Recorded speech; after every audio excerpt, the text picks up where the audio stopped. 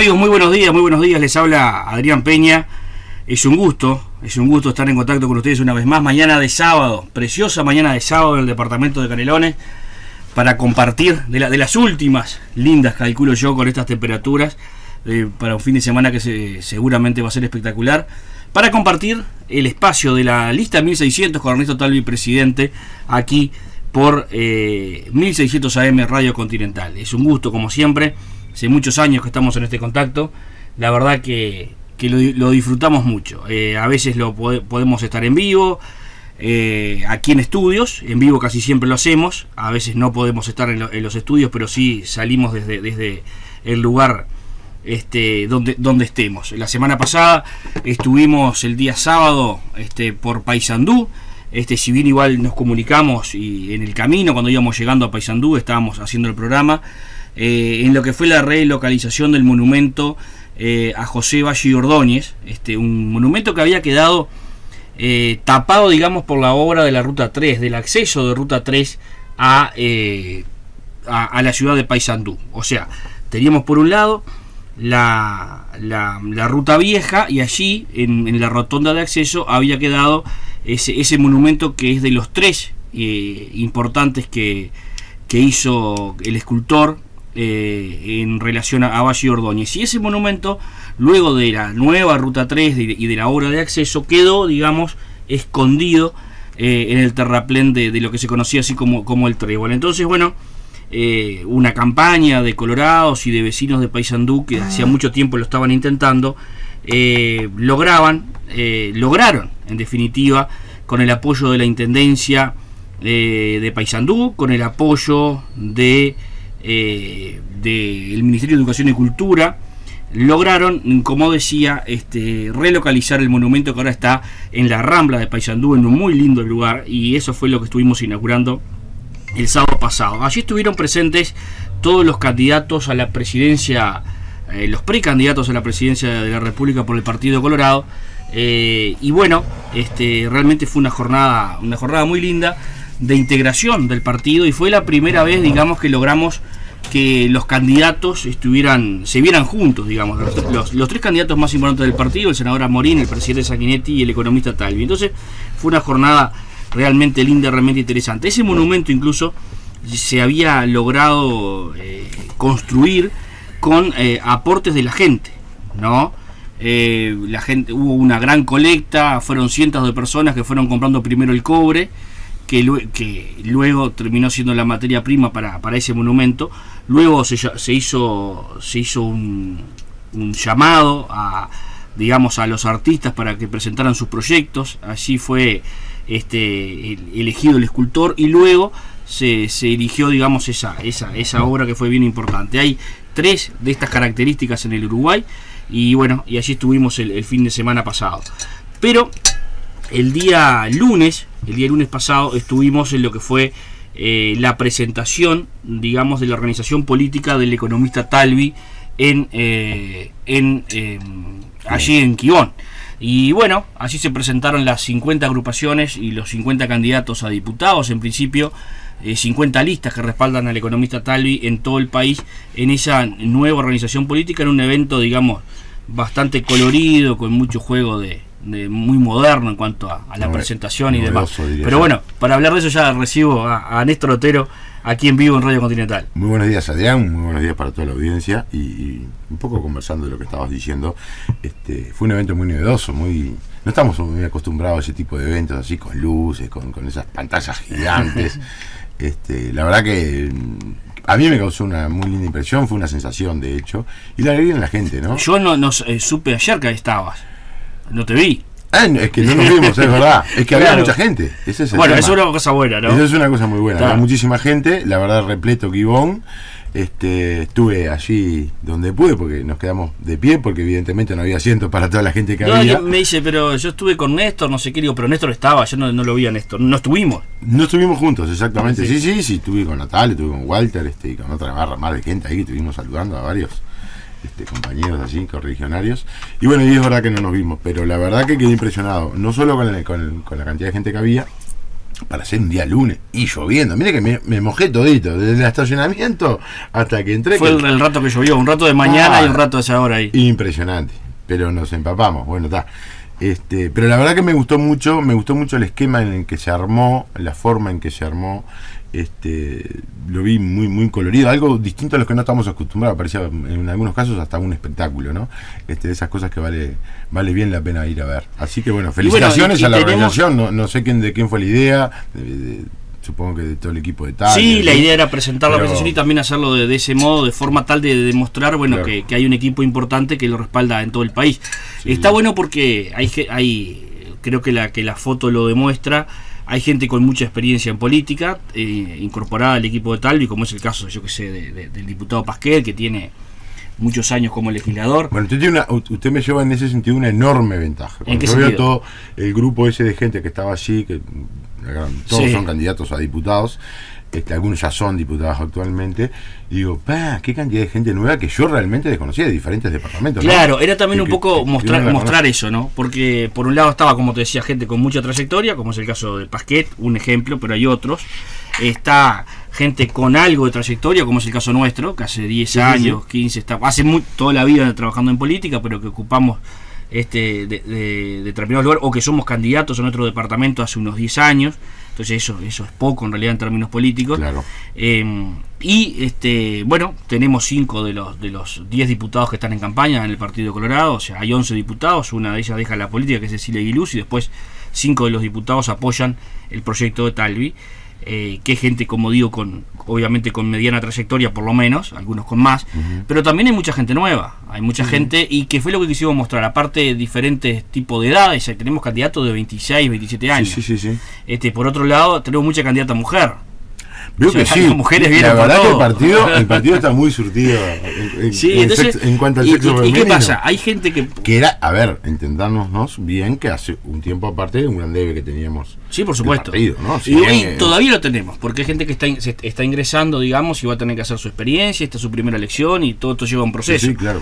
Pero naturalmente vamos en el camino, ¿no? de ir logrando por la vía de los hechos esa paridad que las mujeres reclaman, pero no a través de una imposición, sino a través de la participación efectiva en la actividad política. Sabemos que es mucho más difícil para la mujer hacer política que para el hombre, por sus tiempos, por las responsabilidades que la sociedad le impone. Se están animando y en grandes cantidades. Y viene muy bien. Viene muy bien. Y bueno, y mucha de esta gente. ¿Y vio cómo es esto? La mujer que se dispone a trabajar en política porque le gusta, por la razón que sea, trabaja y trabaja mucho. Y es muy ordenada. Bueno, en términos generales, las generalizaciones son injustas muchas veces, y no corresponde hacerlas. Pero en términos generales, la mujer tiene algunas características que no tiene el hombre. Claro. ¿No? Entonces, en general es más ordenada, y en general logra sí una mejor comunicación con el electorado. Y muy perseverante. Porque es mucho más perceptiva, entonces logra advertir cosas que nosotros no advertimos, y eso en el vínculo con el elector es muy importante y genera otra relación. Y bueno, lo importante que queríamos mostrar es que mucha de esta gente es gente que es conocida en sus departamentos, nunca han sido candidatos, ¿verdad? Nunca han sido candidatos en un partido político, nunca han estado en la política partidaria, pero sí es gente que está vinculado al quehacer público en sus departamentos. Entonces, por ejemplo, el caso de Miguel Félix, que fue por años fue el presidente de todos los centros comerciales del país. Ese fue su último cargo. Ana Unter también es empresaria de Durazno y fue presidenta del centro comercial del departamento Durazno hasta el año pasado. Martín Melasi, por ejemplo, el departamento de Soriano, alguien muy bien conceptuado y que viene del ámbito empresarial y que tampoco había estado nunca en política. Pero tenemos mucha gente que viene de otro lado, ¿no? Que viene del lado gremial, que viene del lado sindical, que viene del trabajo, por ejemplo, en instituciones sociales, y esos son los que hoy están siendo candidatos. No todos, porque los hay de todo tipo, hay un mix incluso en algunos departamentos. El caso de Colonia, por ejemplo, donde tenemos una de las diputadas que respaldan a Talvi, que es Nivia Reich, pero por otro lado tenemos a Carlos Foderé, que está haciendo su primera experiencia en materia política. Entonces, que es un productor agropecuario. O simple y llano. Entonces digo, Sí, sí.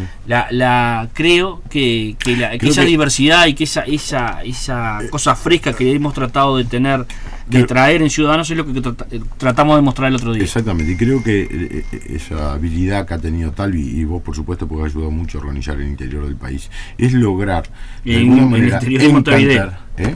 El interior y Montevideo. Bueno, el interior y Montevideo, es verdad. Es lograr encantar a esas personas que nunca han estado en actividad política ninguna, si bien han estado de repente en diferentes temas sociales, como centros comerciales o clubes o lo que fuere, que hoy sientan el deseo de participar en política. Veo que esa gente en general, gente muy bien, reconocida en sus pagos, digamos, pero siempre como que estuvieron desvinculados del tema político. Exactamente. O sea que cada uno tiene su corazoncito y votaban y todo, pero estaban desvinculados. Y esa gente volvió a creer en la política. Y volvió a creer en un candidato como es Ernesto Talvi, una persona que les habla de frente, que le dice las verdades y que genera ese entusiasmo, ese encanto, ese encantamiento hacia la gente para decir, bueno, hay que hacer algo en este país. Entonces gente que no estaba involucrada, que si bien eran, repito, gente muy bien considerada en sus zonas, en sus localidades, en sus pueblos, hoy se están volcando en la actividad política y están apoyando un candidato como Talvi, que también, si se quiere, es una persona de afuera. Que tiene también, porque es alguien que es algo parecido, porque es alguien que estaba vinculado al tema de las políticas públicas, porque lo ha estudiado, porque ha trabajado en eso, pero nunca, digamos, había participado en política electoral. Sí. Entonces, es gente que no es totalmente de afuera, pero que sí es nueva en la política partidaria. Y bueno, y luego tuvimos, luego de presentamos primero el código de ética, porque Talvi ha querido que Ciudadanos tenga una alta vara, digamos, en materia de lo que debe ser el comportamiento público de sus integrantes. Entonces, bueno, desde ese día estamos sujetos al código de ética de Ciudadanos, que es incluso más... Déjame meter una chanza, de unos cuantos que están temblando. ¿Qué hago acá? Es bastante más riguroso que el del Partido Colorado. Allí hubo una presentación, además se creó el comité de ética, porque bueno, si bien toda esta organización política de la que hemos hablado es una organización política que ha sido seleccionada en realidad, porque hay mucha gente que pidió estar en Ciudadanos y no fue, digamos, tenida en cuenta por diferentes situaciones, y esta gente la que gente que ha pedido participar y que ha venido por interés personal a incorporarse a la organización. Nadie está libre de cometer errores y ninguna organización está libre de que alguno de los que la integran cometan ningún tipo de errores, y bueno, para ello está allí el código de ética que se va a aplicar de manera firme a sus integrantes. Bien de la seriedad de esta agrupación, ¿no? De que nosotros, es digamos, una cosa que Talvi se había propuesto. Él entiende que hoy gran parte de la interpelación que están teniendo, o el cuestionamiento que está teniendo el sistema político, tiene que ver justamente con procederes que no condicen con lo que debe ser el buen servir en la función pública. Entonces, él cree que esto es fundamental. Naturalmente que hay muchas conductas que por ahí no son delito, pueden ser fallas administrativas, pueden ser determinado tipo de actitudes, muchas veces no configuran una falta siquiera desde el punto de vista del Código Penal o del Código Civil, pero sí son actitudes o procederes que no van de acuerdo con lo que debe ser la conducta en materia política. En realidad, la política es consecuencia de la ética, ¿no? Entonces, bueno, si creemos en la política como fue en su origen, que es lo que los griegos denominaban el arte del bien común, es decir, el trabajo para la comunidad, bueno, la ética nutre a la política, y por eso tener un código de esta característica es fundamental. Se presenta el código y luego a los diferentes referentes y termina. Y ahí está ahí le da el nivel de importancia que le da Talvi a este tipo de cosas. Sí, por supuesto. A eso la transparencia, a la ética, al buen actuar de cualquier ser humano, ¿no? Primero vamos a presentar esto porque para él y para... Y bueno, nosotros, por ejemplo, vos lo sabés, Néstor, nosotros cada año que terminamos la legislatura presentamos una rendición de cuentas día por día de lo que es lo que hicimos. Mire, yo todavía no leí la suya, la empecé a leer, pero está larga. Y después, por ejemplo, ahora no trabaje tanto, amigo, que deja cuando estuvimos en el Ejecutivo también presentamos una rendición de cuentas de lo que hicimos día por día, pero en el caso de Ciudadanos esto va a ser obligatorio para todos los que ocupen cargo. No es solo que alguien por voluntad propia, como es el caso nuestro, lo hacemos en nuestra agrupación y presentamos cada año qué fue lo que hicimos para que la gente, y lo distribuimos además para que la gente sepa qué estamos haciendo. Eso además es tarea. marcar un camino. Yo creo que todos los legisladores de diferentes partidos y sectores deberían presentarle a sus ciudadanos, a sus votantes, sí, claro. una rendición de y cuentas. bueno, aquí le hicieron ayer. La gente lo votó para estar cumpliendo una obligación, y me parece a mí que de alguna forma tienen que decirle, cerrado el año, a sus votantes, con ciudadanos, miren muchachos, y ahora en el caso de Ciudadanos esto va a ser una obligación. Sí, o sea, está todo el que perfecto. ocupe un cargo, el que sea elegido diputado, senador, edil, concejal, alcalde o designado por Ciudadanos en alguna área de representación política, en el ejecutivo o lo que sea, tendrá que presentar periódicamente la rendición de Y cuentas. pobre aquel que su rendición de cuentas sean 2 hojitas. Bueno, ahí vamos a ver quién trabajó y quién no trabajó. No. Pero es un modo, ¿verdad?, de evaluarlo. Yo creo además que vamos a... Y bueno, y después estuvo la presentación del propio Ernesto Talvi, ¿no? Sí. O sea, en un discurso en el que hizo, digamos, una síntesis de todo lo que ha venido presentando desde su lanzamiento en agosto pasado hasta hoy en cuanto a ejes generales de campaña sobre los puntos más importantes que él considera son los que el Uruguay debe atender en ese gobierno transformador que él dice tenemos que tener, claro, a partir de marzo del año que viene. Pero tendremos en un mes aproximadamente, la fecha no está definida, pero más o menos en un mes más, estaremos presentando nuestros equipos técnicos y las propuestas concretas, o sea, el programa de gobierno. Que son las dos patas fundamentales, la organización política, que es la que presentamos el lunes pasado, y la organización de los equipos técnicos, que es la que viene elaborando las propuestas y la bajada a tierra de estos principios generales que hemos venido enunciando, ¿no? ¿Esto por qué? Porque nos parece que la política es algo serio, entonces no se trata de salir a vender espejitos, sino que se trata de generar, justamente generar confianza en la ciudadanía, presentando con claridad qué es lo que pretendemos hacer si nos toca gobernar. Entonces me parece que, claro, esa tranquilidad la tenemos. Salir a decir, como dijo hace muy poquitos días un candidato, voy a generar 100.000 puestos de trabajo. Claro. Pero eso tiene que estar sustentado en algo. ¿Cómo? ¿De qué forma? ¿De qué manera? Claro. No sé, si es así, cualquiera dice cualquier cosa. Exacto. Me parece que un diferencial que tiene... Yo voy a hacer casos de embajada, imagínese. ¿Se acuerda que hay una anécdota de eso? Con leche, en las esquinas, o sea, estamos todos locos. O sea, creo que tiene que haber seriedad detrás de esto. Y creo que una de las cosas que le da Talvi a la política, y en particular a su proyecto, es ese respaldo, digamos, de que estamos hablando de cosas en serio, como él dice, propuestas concretas, propuestas realizables y propuestas financiables, porque sí, también hay cosas que no se pueden hacer, lamentablemente, dada la situación que el Uruguay vive hoy. Sí, pero bueno, creo que ahí hay un diferencial. Y bueno, esto fue lo que vivimos la semana pasada. Ha continuado recorriendo el país, estuvo en una muy linda actividad el jueves en Florida, inaugurando allí la sede de Pablo Lanza en el departamento de Florida. Ayer anduvo por Canelones, estuvo en Canelón Chico, estuvo en Salinas acompañando a nuestro amigo Luis Repeto. Qué entusiasmo que tiene Pablo Lanz. Sí. Me gusta la gente así. Bueno, sí, nosotros lo hablamos un día que fuimos a acompañarlo. Sí, sí. Que fuimos juntos a una actividad allá. Es de esa gente que da gusto que esté en la política. Porque además ese entusiasmo lo contagia. Y que la vida nos haya encontrado en el proyecto Vamos a ir a escuchar un temita musical y luego quiero un par de temas. A la vuelta de la pausa vamos a hablar un poco de la recolección de firmas, que tiene que ver con el IAS, que tiene que ver con la bancarización. Vamos a hablar con una de las personas que está al frente, digamos, un poco de la recolección de firmas para no poner impuestos a las jubilaciones. Exacto. Y también vamos a hablar de algo en lo que fuiste protagonista ayer, porque se votó ahí un fondo para la citrícola Caputo. Fue motivo de reunión del Parlamento ayer, pero bueno, venimos y hablamos de esos temas. Para los que se quieran comunicar, el 092-100-600, 092-100-600 para comunicarse por mensaje de texto o WhatsApp. Les comento un mensaje que llega de San Jacinto. Luis nos escribe, un saludo grande, Luis. La barra San Jacinto también está haciendo un laburo muy fuerte. Estamos con nuestro espacio ciudadano allí frente a la plaza de San Jacinto, y se comenzaron a juntar las firmas para presentar ante el municipio local la solicitud de que una de las calles de San Jacinto lleve el nombre de Don Pío Eugenio Capeche. O sea que bueno, esa es una iniciativa que total de Canelones y bueno, y del Partido Colorado. Entonces pueden acercarse al espacio ciudadano allí frente a la plaza de San Jacinto a todos aquellos oyentes que quieran firmar para presentar esta solicitud en el municipio, que luego irá a la Junta Departamental, seguramente tendrán los votos mayoritarios en el municipio, irá a la Junta Local y seguramente logremos que una de las calles de San Jacinto lleve el nombre de Don Pío Eugenio Capeche. Así que bueno, ya saben que allí pueden pasar y firmar. Nos vamos a escuchar un temita por don Santiago Chalar, porque estamos terminando marzo, ¿no? Sí, arranca entonces abril. se viene abril, y el fin de semana que viene se viene una vez más el Festival Minas y Abril, que este año además tiene una innovación importante, como siempre es a beneficio del hospital local, y que es una creación de Santiago Chalar además. Exacto. El festival, y este año tiene una innovación porque además del canto popular y del folclore aparece el rock.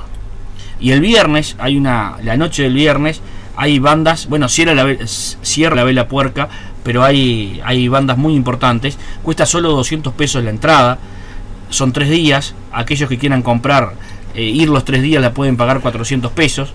Y es todo a beneficio, y es lo más importante, de una obra que es fundamental, en esa región del país, que es el hospital.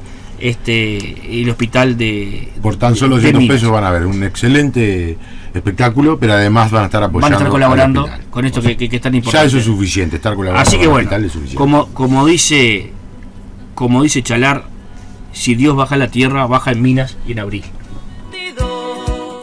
Soy fruto de los cerros, mi cuna fue de piedra y mi tumba será también, sin duda, algún rincón soleado de la sierra.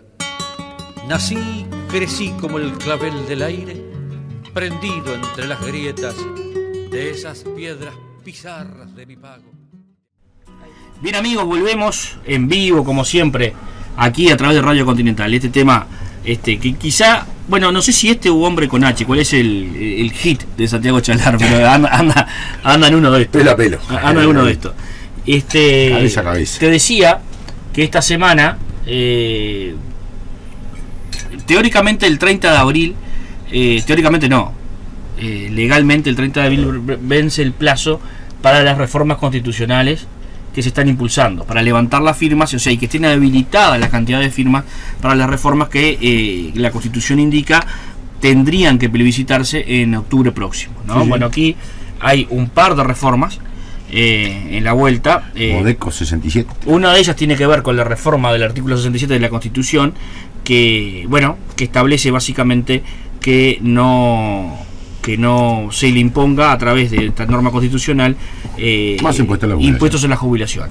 Bueno, hay una movida importante para tratar de juntar las firmas de que estamos recolectando con la papeleta celeste, también todo aquello que tiene que ver con la bancarización. Hay 2 reformas que tienen que ver con la ley de bancarización, que de la gente que se está oponiendo a esto, básicamente la que impulsa el doctor Salles, y por otro lado la que impulsan los centros comerciales de todo el país.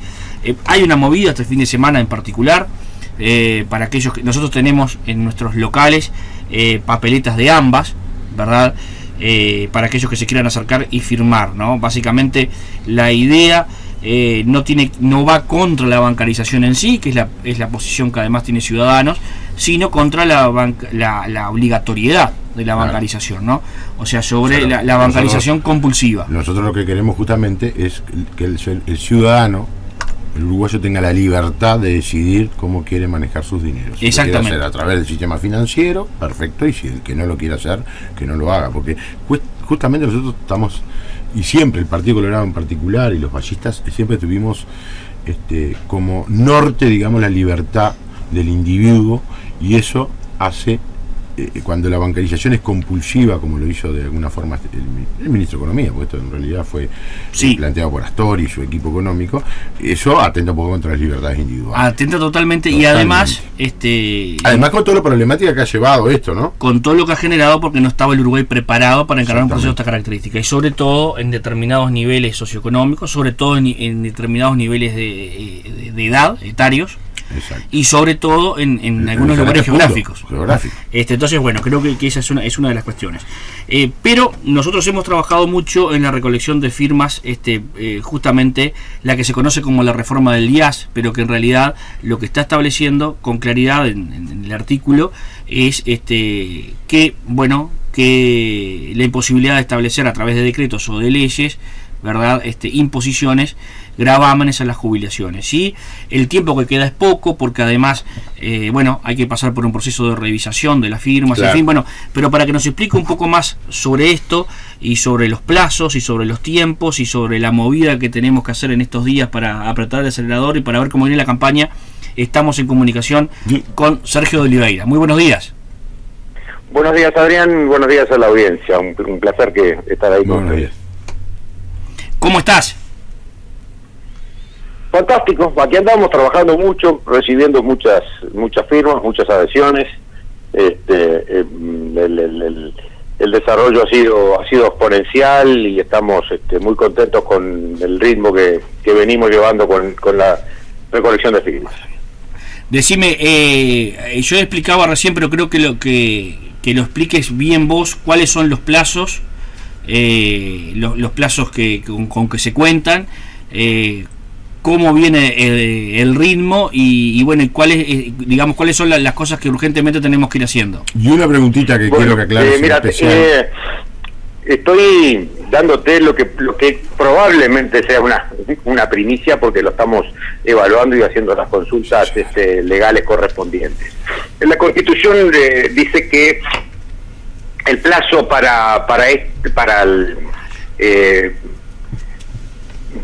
empecemos por el principio. El mecanismo se plebiscita en la primera elección nacional posterior a la presentación y pide y establece que se debe de presentar 6 meses antes. El tema es que esta redacción que tiene la Constitución es anterior a la reforma constitucional que estableció la primera vuelta, la segunda vuelta y la separación con elecciones departamentales. Entonces, los constitucionalistas que hemos consultado hasta el día de la fecha sostienen que las 3 que yo te estoy mencionando son elecciones nacionales, por lo cual nosotros estamos evaluando la posibilidad de extender los plazos de recolección de firmas y presentarlas para que pudieran plebiscitarse junto con las departamentales, que si bien nosotros les llamamos departamentales porque elige autoridades departamentales, es una elección nacional y obligatoria. Sin duda. El texto de la Constitución no lo establece como contrario, y por norma general lo que no está prohibido está permitido, y por otro lado sería lastimoso, lastimoso capaz que no es el adjetivo, pero sería muy difícil que la Corte Electoral coartara un mecanismo de democracia directa como el nuestro. Por lo tanto, sí, de no alcanzarse ya las firmas, y estamos muy cerca, nosotros evaluamos seriamente la posibilidad de continuar recolectando firmas unos meses más. Bien, o sea, y esta consulta... Esa es la información, pienso que bien, de último momento con respecto a nosotros. Sergio, ¿y esa ustedes hicieron la consulta a la Corte formalmente o...? Bueno, no la hicimos, y te explico por qué. Cuando nosotros estábamos en duda de si determinados funcionarios públicos podían firmar o no, y la hicimos formalmente a la Corte por escrito, la Corte nos contestó que no podía decirnos, porque si hoy o mañana había una contienda y alguien intentaba invalidar una firma, ellos eran el mecanismo, eran los encargados de decir si esa firma valía o no. Por lo tanto, explicarnos sería prejuzgar. Esa es la respuesta que nos dieron por escrito. Bien. Entonces, si yo le pregunto a la Corte de antemano, el razonamiento va a ser exactamente el mismo. De cualquier manera, si la Corte contestara afirmativa o negativamente, a nosotros no nos importa. Nosotros queremos llegar a la firma. Nosotros esta patriada nuestra no es político electoral. Por lo tanto, no tenemos los tiempos políticos marcados. A nosotros no nos importa que sean estas. Si tuviera que ser en el 24, no nos importa, será en el 24. Bien. Si la Corte no nos aceptara que fuera en la segunda vuelta, o no nos aceptara que fueran las departamentales.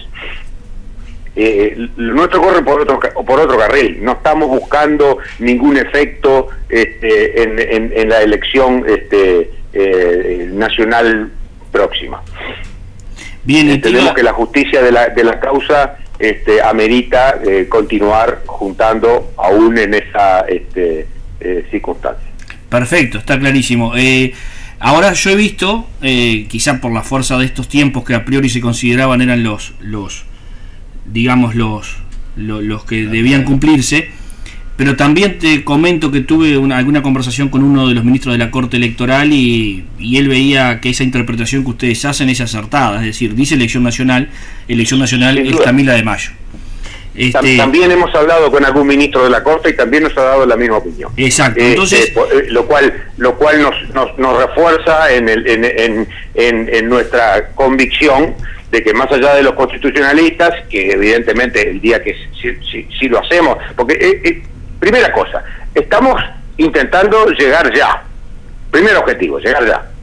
De no llegar ya, intentaríamos estas otras oportunidades, porque nuestro objetivo es llegar. Entonces, si llegamos ya, fantástico, genial, que la gente firme, que viene movilizándose, más o menos a mediados del mes próximo nos reuniremos y haremos un conteo. Se nos está haciendo muy difícil la recepción de las planillas. Sabemos que hay planillas firmadas por todos lados, pero nos están llegando, a veces nos entregan 50 planillas, 100 planillas, 120 planillas, a veces 2, 3, 4, se hace muy difícil porque podemos tener aprovechar una organización centralizada de tanto de distribución como de recepción, estamos dependiendo de voluntades independientes y cada uno tiene sus problemas y sus prioridades, y de repente para el voluntario que está juntando firmas, nosotros no somos una prioridad. Tiene que ser un familiar enfermo, tiene un montón de cosas que hacer y no está pensando en tengo que entregar la firma. Claro. Entonces, Sergio, de repente podemos aprovechar esta oportunidad que nos da la radio, justamente para pedir que aquellos que tengan papeletas, a dónde deben enviarlas, porque por supuesto, es tal cual como vos decís, incluso a nosotros se nos está haciendo difícil juntar todas las hojas que hemos ido desparramando en estos meses. Estamos a esa tarea, además. Es que es así, porque uno la va desparramando y dice, dame una que yo la llevo a firmar para mi familia, dame dos que yo tengo a mi compañero de trabajo, y después juntarlas es muy difícil. Exacto. Muy difícil, porque no son puestos donde la gente firma y bueno, que el del puesto fue y entregó nosotros las tenemos desparramadas en una increíblemente grande red social por todo el país. Claro. Que no tiene si bien hay figuras partidarias que están, pero en general no tiene partido, no tiene nada, no tiene edad, jóvenes, viejos, de todo hay. Entonces, acá en Montevideo tenemos dos direcciones, una es la dirección de Jupe, que es Selmar Michelini 1215, y la otra es Ingeniero Mayolo 588. Bien, Selmar Michelini. Son las dos direcciones en las que pueden, sin perjuicio de eso, si se comunican con nosotros a través de la web, que hay un correo electrónico de enlace en www.modeco67.ui, hay un enlace y nos dicen, tengo papeletas y no sé cómo hacerlas llegar, nosotros buscaremos la forma de facilitarles un mecanismo para que nos hagan llegar las papeletas. Eso es importante porque me consta que hay planillas por todos lados con firmas, ¿no? Entonces, bueno, hay que por supuesto, y que la manden aunque tenga una, no importa, si precisan en blanco nosotros les mandaremos después más en blanco, pero que las manden, no esperen completar la planilla para mandarla, que la manden con lo que tengan. Bueno, también informar que nosotros, la lista 1600 de Canelones tiene en todos sus locales del departamento, tiene papeletas para aquellos que quieran acercarse a firmar. Allí tenemos también a disposición las hojas. Nos habíamos quedado sin hojas, el otro día tú nos mandaste y ya las tenemos distribuidas en los diferentes puntos del departamento. Eso es fantástico, mirá, y aprovecho la oportunidad. Si me hacen llegar las direcciones de los locales, yo las agrego en nuestra página web, en los lugares que sí, te pasamos todo para recepción y distribución de papeletas, y con el horario que estén abiertos, así la gente busca cuál es el más próximo para ir. Perfecto. Sergio, Néstor Otero te habla, te quería hacer una pregunta, porque me ha sucedido de que mucha gente me ha llamado, y casi todos son jubilados, y hay como una confusión en esto, que solo los jubilados pueden firmar De hecho, todos No, los de que ninguna nos han manera. llamado son jubilados. Esto es una consulta a la ciudadanía para reformar una constitución, no importa el tema que sea. Es como que si dijéramos que para la reforma de la constitución de la OCE solo pudieran firmar los que tienen agua corriente, los que tienen agua de pozo, no. Esto es para todo el mundo.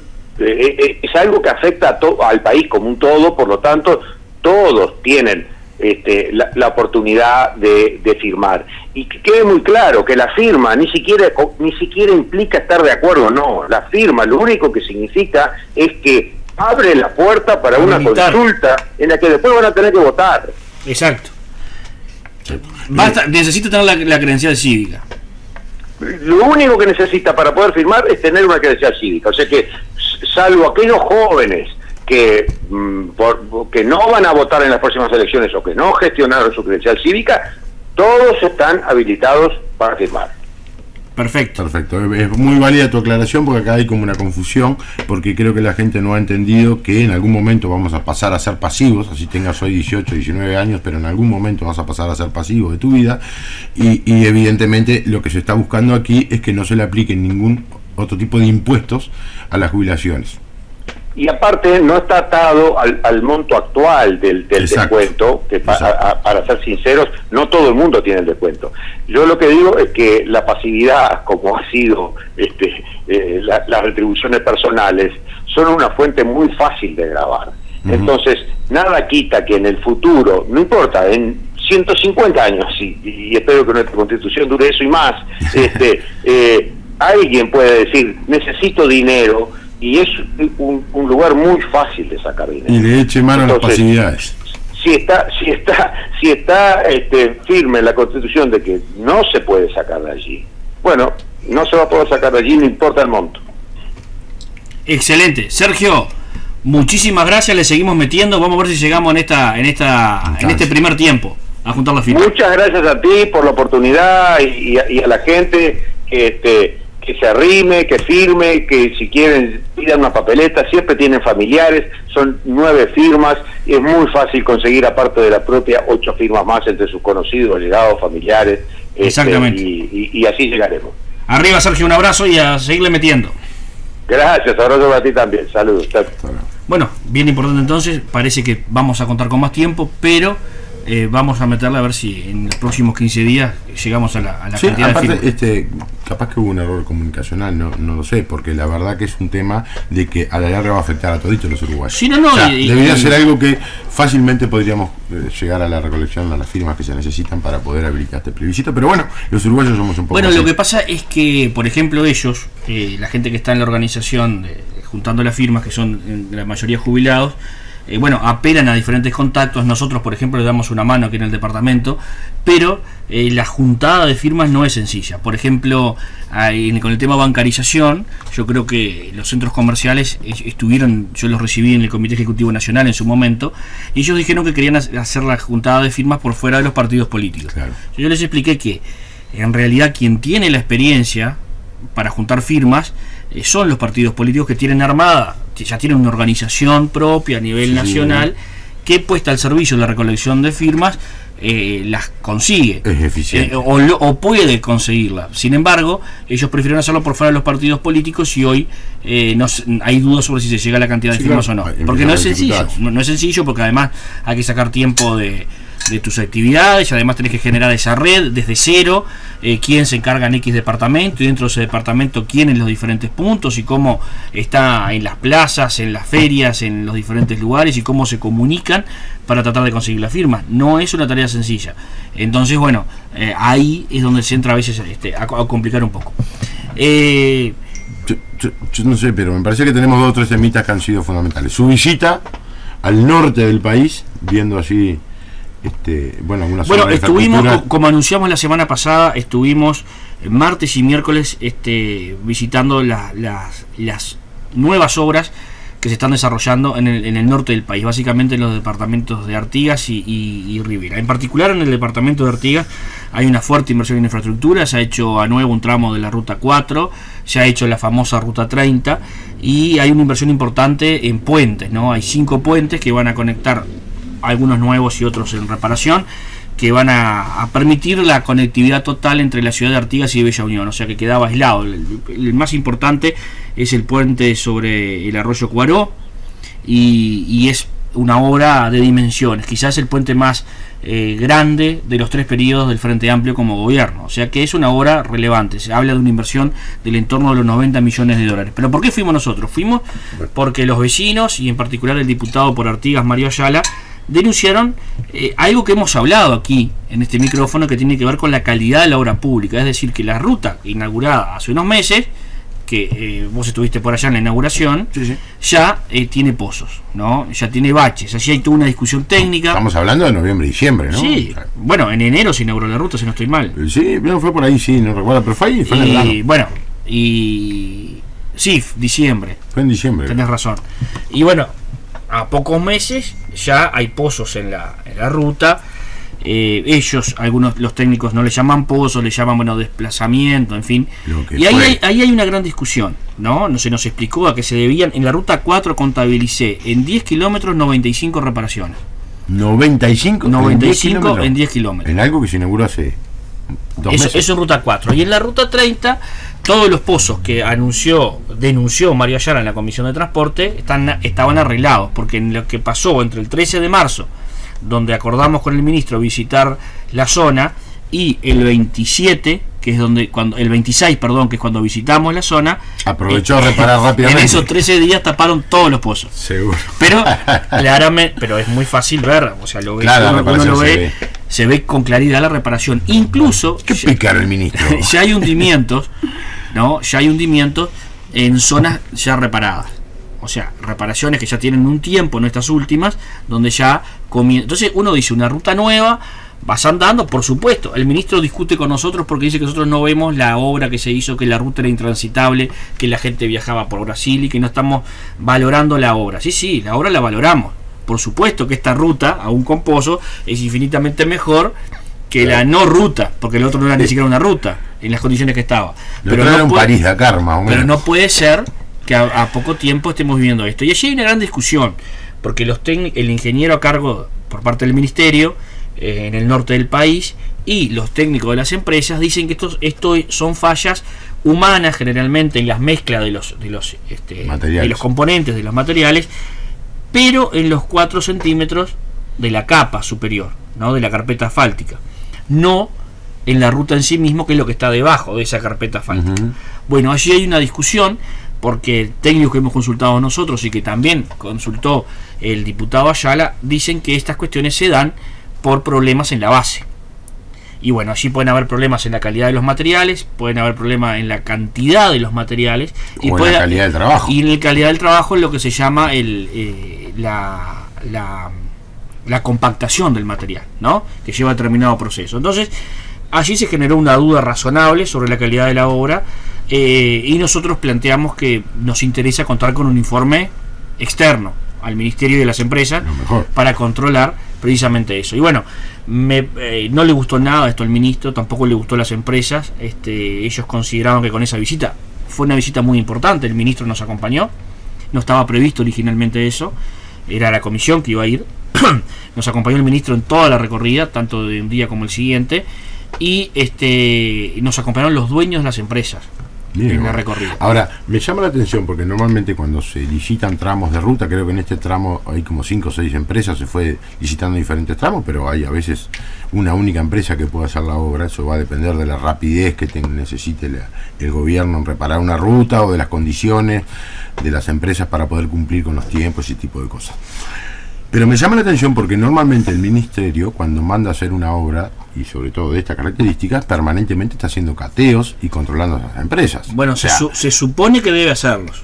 La duda razonable, me parece que tenemos a esta altura, es si el control del ministerio está bien hecho. Sí, o si se hizo. Se hizo. Porque es lo que corresponde. O sea, nosotros lo que dijimos el otro día es que solicitaríamos los pliegos al ministerio para ver las condiciones que se le exigieron a las empresas, y las empresas cumplieron con ello. Bueno, esto generó todo un revuelo porque ellos dicen que nosotros lo que queremos es un escándalo sobre la calidad de la obra, que queremos prensa para aprovechar políticamente la situación, y que en realidad la obra está bien. Sí, está todo bien. Acá se habla de que se invirtieron 90 millones de dólares y que en cuestión de 3 meses ya la obra empezó a tener dificultades de todo tipo. O sea, que no me vengan con la historia de que acá se quiere hacer un escándalo político y sacar un circo y sacar provecho políticamente. La realidad es esa. Eso es lo que estamos viendo. Es una obra nuevita. Pusimos 90 millones de los uruguayos y ya está rota. Ellos dicen que es normal lo que estamos viendo. A mí no me parece normal. Dice que es habitual. Aparte hablan de las características del piso, ¿no? Y de los materiales que se usan en el norte, y que eso genera, bueno, la verdad es que las explicaciones no fueron satisfactorias, digo. Entonces lo que queremos hacer, y lo vamos a plantear en la próxima comisión, es eso. Quizá el Frente Amplio no nos autorice generar esta auditoría. Le digo más, nosotros hemos estado en contacto con la Facultad de Ingeniería. La Facultad de Ingeniería tiene los medios, tiene los equipos para hacer este trabajo. Y le digo más. Y eso podría ser una línea de auditoría externa en cuanto a para tener en cuenta para adelante. Exacto. Mira, la OPP está teniendo en cuenta la Facultad de Ingeniería para auditar las obras de los municipios o de las intendencias que se hacen a través del gobierno, con fondos del gobierno central. Sí. Bueno, no lo hace de manera sistemática, digamos, es a veces de manera aleatoria los controles que se pueden hacer en distintas partes del país. Pero me parece, y por ahí va, me parece que esa idea que tiraste ahí, me parece que nosotros tendríamos que tener un organismo capaz de auditar de manera permanente la obra pública. Si vos te fijas, y yo no quiero hacer ninguna denuncia de ese tipo, porque no quiere decir ni siquiera que sea así, ni cerca, pero todo el caso Obredech, de corrupción, tiene que ver con la obra pública. Claro. Tiene que ver con la obra pública. Que esto pase en Uruguay, no digo eso. Y que esto tenga que ver con eso tampoco. Pero me parece que hay que curarse en salud.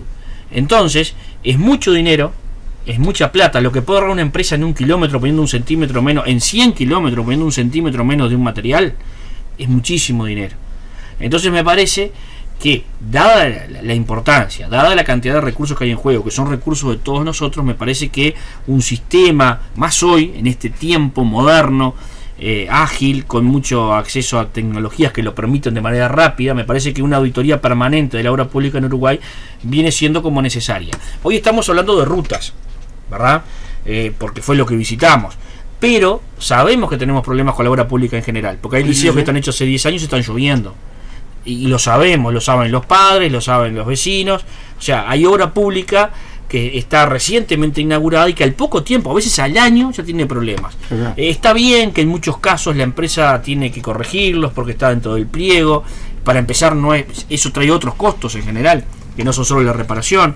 O sea, pero me parece que tenemos que levantar la mira sobre manejarlo como una política de Estado en general, más allá de los partidos. Bueno, y un problema que tenemos, que yo lo comenté el otro día porque estuvimos en la Junta Departamental, y no sé si recordás porque fue motivo de una columna que escribí, de una contratapa de un semanario, que tiene que ver con la visión que tenemos que tener sobre la obra pública. La obra pública en los países serios no es vista como algo para inaugurar cosas en los próximos 4 años que estoy yo en el gobierno. Es vista como una cosa a largo plazo. Entonces, cuando la obra pública es pensada 30 años para adelante, con un plan maestro, un plan director de obra, al cual tiene sentido cómo vas armando el resto de las cosas. Entonces vos decís, bueno, yo voy a hacer un corredor, por ejemplo, que es, qué sé yo, la ruta 8, y a este corredor van a venir las diferentes cargas de diferentes lugares, y voy a generar esto, lo otro, aquello, conexión con determinado puerto, con determinada vía, etcétera. Es decir, un plan de obras no es un plan a 4 años, es un plan que incluye todo el transporte multimodal, estudios del transporte, las características de las cargas, en fin. Me parece que eso es lo que nos está faltando, un poco de planificación de lo que estamos haciendo. Lo que pasa es que también lo que está faltando es un plan de país en general. Y pensarlo a largo plazo, ¿no? Vos pensás la infraestructura pública a largo plazo cuando vos decís tengo un plan de país a largo plazo. ¿A qué se va a dedicar Uruguay? ¿Al ganado? ¿A la leña? Y imagínate que si nosotros, acá hay una clara señal. Si en el año 87 se votó la ley para plantar los arbolitos, si se empezaron a plantar la cantidad de árboles que se plantaron, si se generó el tratado de inversiones con Finlandia, si se instaló la primera planta de UPM, luego se instaló la planta de Montes del Plata, ahora vamos por la segunda UPM. Bueno, todo eso se sabía. Entonces ahora dicen, no, porque la carga aumentó 4 veces. Entonces después que la carga aumentó 4 o 5 veces, y después que se hizo pelota todo, salimos a arreglar lo que se hizo pelota en lugar de prever todo eso. Exactamente, por eso Nos está faltando mucha planificación. El plan de infraestructura tiene que estar muy vinculado al país que queremos a futuro. Y bueno, y hablando del norte del país, bueno, ustedes saben que hay otros indicadores que yo quería analizar hoy, pero lo dejamos para la semana que viene porque me parece que es importante, que tiene que ver con que la tendencia que el Uruguay venía teniendo en descenso de la pobreza, de acuerdo a indicadores económicos, ¿no? Sabemos que la pobreza es algo mucho más amplio que lo económico. Pero en cuanto a indicadores económicos, la pobreza venía descendiendo en Uruguay. Hay un indicador que marca un resultado negativo en ese sentido, es decir, aumenta poco, pero aumenta nuevamente la pobreza en Uruguay, y es alarmante ver cómo impacta en los niños, ¿no? Sí, sí. El porcentaje de pobreza en los niños anda en el 17%, Sí, sí. cuando anda en el 1,5% entre las personas mayores de 65 años. Y insisto, pobreza económica pero tiene que ver con el tema cultural, el tema educativo, en fin, todo lo que nos va a afectar si no generamos un cambio es terrible. Pero uno de los indicadores que son de los más relevantes, hay otro indicador que volvió a aumentar el déficit fiscal, ya hablamos del 4,5%, pasamos del 4,3 al 4,5%, no sé en qué va a terminar en este año electoral, otra cosa para hablar la semana que viene, pero uno de los indicadores tiene que ver con el aumento del desempleo. El Uruguay ha crecido en sectores que no son precisamente los que generan. El año pasado el Uruguay creció 1,6%, sin embargo el desempleo aumenta, no crece en aquellos sectores que generan laburo. Uno de los problemas más grandes en el norte del país, hay empresas que cierran. Una es, hablando del norte, Caputo, que en Salto genera 2.000 puestos de trabajo, más todo lo que genera de manera indirecta. Y ayer se votó un parche, digamos, pan por hoy, hambre para mañana, pero bueno, estuviste vos en representación nuestra en el Parlamento con este proyecto. Bueno, esto en realidad Caputo es una empresa que viene con dificultades financieras hace varios años, creo que todo esto arranca en el 2012, primero también porque básicamente su negocio es exportar citrus y han cambiado un poco las condiciones en Europa, los aranceles han aumentado, 16-17%. Y no hemos logrado tratado de libre comercio. Donde otros entran sin impuestos. Exactamente. Y justamente competimos, uno de nuestros grandes competidores puede ser Perú, Chile, todos esos países. Sudáfrica, por ejemplo, que ha sido en los últimos años un gran desarrollo en la parte citrícola. Y bueno, y competimos contra todo eso. También de que en Uruguay no solo que además tenemos que pagar barreras arancelarias, sino que además nuestros costos de producción todos sabemos cómo se han elevado a nivel de gasoil. Esos son costos que nos imponen al entrar a un país y los otros son costos que les imponemos acá. Claro, acá tenemos como que dos grandes barreras. Primero la que nos imponen los mercados para poder ingresar con nuestro producto, y la segunda gran barrera la que nos pone y la que más duele y la que más castiga nuestro propio gobierno, a nuestras propias empresas, y que son las que hoy están viviendo todo este tipo de dificultades que se vienen arrastrando unos cuantos años de esta parte y que han llevado a que directamente las empresas se fundan, porque no es solo Caputo la que tiene Citrícola del Norte problemas, sino que además el resto de las empresas exportadoras de citrus están en igual situación. En Uruguay básicamente hay 5 empresas grandes. Caputo básicamente es la que exporta la mayor cantidad de citrus, pero hay 4 o 5 más y con las mismas dificultades que en poco tiempo las vamos a ver. Hay alguna empresa que puede estar un poquito mejor económicamente porque son capitales extranjeros, o sea, están solventadas por capitales extranjeros y tienen como una espalda más ancha. Acá lo que pasó con Caputo, creo que en febrero se presentó a concordato, el ministerio está viendo ese tipo de cosas, la justicia ya puso allí una persona para administrar ese tipo de cosas. Lo cierto es que precisa una asistencia financiera de $3,5 millones, que es lo que votamos ayer en el Parlamento, y bueno, ahora queda que se vote en la Cámara Alta, que creo que va a ser el lunes, porque esto se está pidiendo en forma urgente, ya que estamos ahí a nada de la cosecha. Caputo tiene dificultades, bueno, por supuesto por haberse presentado un concordato que no le puede pagar a sus proveedores, tiene dificultades de todo tipo, entre ellos que además se les debe los salarios a los empleados de la cosecha anterior. Están reclamando en el entorno de $1 millón, sí, cosa que no se va, desde octubre que están atrasados, cosa que no se va a resolver con este dinero porque esto es para adelante, ¿no? Esto es para adelante, esto es para hacer esta cosecha, estos $3,5 millones para hacer esta cosecha. Las deudas salariales que tienen para atrás se negociará en otro momento, ni sé cómo se hará. Hoy Caputo necesita $3,5 millones para empezar la cosecha, para empezar a pagar a los empleados, que por supuesto el síndico que se va a encargar de esto ya le dijo que de ahora para adelante los empleados que se dedican a hacer la cosecha, los zafrales, que muchos de ellos son zafrales, que se queden, les dio tranquilidad que van a cobrar. Bueno, poner todos los packing en funcionamiento, todo lo que usted se imagina, que eso lleva un costo enorme, que más o menos son en el eje de 3,5 millones, por eso es que el Estado les va a tirar este salvavidas para que puedan hacer la cosecha. Esto por un plazo de 12 meses, o sea, un año. ¿Cómo pretende el Estado cobrar ese dinero que le dieron? Bueno, todos sabemos que Caputo tiene abiertas exportaciones y tanto Europa como Estados Unidos y sobre todo el mercado americano que está funcionando en forma un poco más ágil, a pesar de que el año pasado le rechazaron unas embarcaciones por el torno de 10 millones de dólares que volvieron para atrás, porque tenemos un problema nosotros, que es la famosa mosca, que no lo tiene ni Chile ni lo tienen otros países, nosotros lo tenemos. Que eso implica que nuestras citrus que llevemos a esos países tengan que ir con una diferencia de frío de 4 grados con relación a otros fletes. Eso es un costo de flete más alto. Adicional. Es un costo adicional más alto. Todo eso lleva a que además Caputo tiene que hacer una transformación varietal, porque los mercados que consumían, por ejemplo Europa, la mandarina Satsuma el citrus Satsuma, hoy ya prefieren otro tipo de variedades. Eso significa que hay que plantar otra cosa. 3.500 hectáreas que tienen que ir transformándola. Pero ¿qué pasa? Usted para plantar una variedad nueva, tiene para los royalties que se llaman a las empresas creadoras de las nuevas variedades. ¿Sabe cuánto cuesta la hectárea? $3.000. Eso es lo que cuesta el royalty.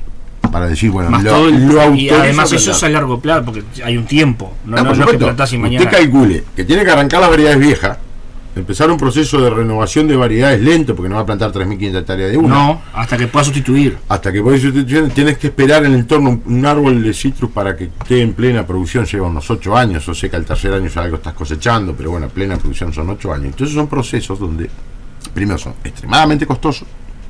Estamos hablando de 3.000, fíjese que plantar 1.000 hectáreas a $3.000 la hectárea, estamos hablando de $3.000 millones. Sí, ¿no? claro. Para una empresa. Y con esta ecuación de costos es imposible afrontar eso. No, imposible. Claro. Ya una ecuación de costos que le está dando negativa, porque además tuvieron problemas climáticos que 3 temporadas.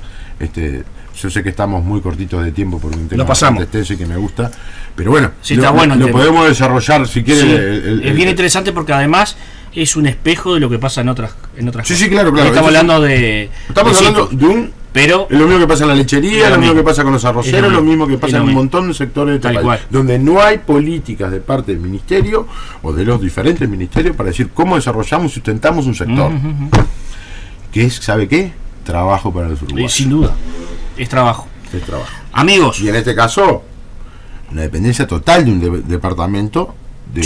Impresionante lo que puede pasar en Salto si esto cierra. Bueno, 2.000 personas. Que hablar de las empresas colaterales, ¿no? Estamos hablando de una empresa que solo le hace las cajas para las exportaciones, 100 empleados en Soriano, afuera. Lo que genera de manera secundaria, indirecta.